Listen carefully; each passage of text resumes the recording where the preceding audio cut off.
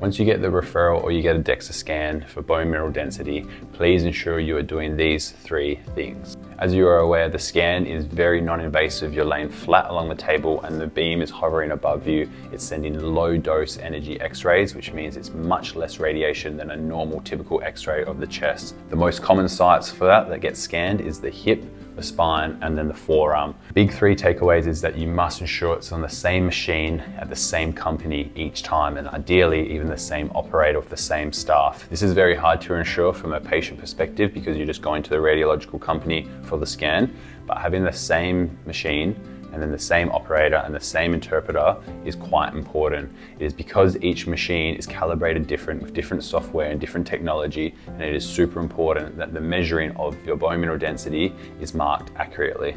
Any change in bone density needs to be true, and it shouldn't just be because of operator changes. Because of slight variations in machines and different equipment, it is very important that when we're comparing different therapies for different scans, for different numbers, it is all coming from the same place. So if you've had a scan at one company at one time and you're going to another one because it's closer to home or a friend's recommended another place, try stick to the same one each time to ensure the accuracy is there. Number 2, if you have suspected thyroid issues, it is super important that you are getting the forearm bone mineral density assessed. It is well known that forearm osteoporosis is a complication of primary hyperparathyroidism, and these results show that distal radius BMD is completely relevant. This study here is most recent, 2023, and then this backdates many years ago to 2012, which is another study, and this reinforces the purpose that distal radius or forearm bone mineral density is super important in the ongoing management of osteoporosis and the typical therapies.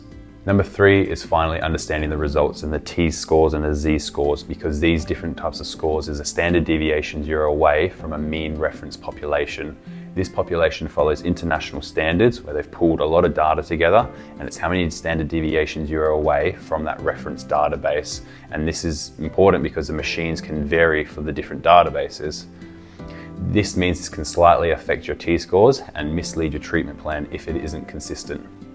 You're probably aware that the T-scores is what helps guide the clinician or the specialist in the management of your osteoporosis or osteopenia, particularly in individuals over 50, because the T-scores compare that to the over age 50 population database, whereas the Z-scores is for people much younger than that. All right, thanks for watching. Until next time.